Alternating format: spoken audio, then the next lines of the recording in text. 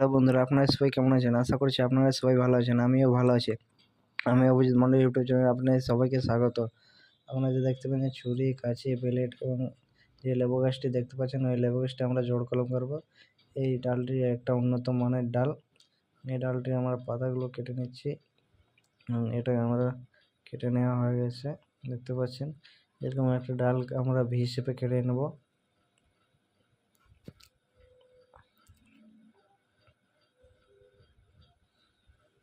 এবং এটা লেবু গাছের ডাল আমরা কেটে নিচ্ছি মধ্যখানে, এবং এর মধ্যে একটা চিরা দিচ্ছি আমরা, দেখতে পাচ্ছেন। মধ্যখানে আমরা চিরা দিয়ে দিচ্ছি এবং এই ভি শেপ ডালটা আমরা অ্যাড করব এর সাথে।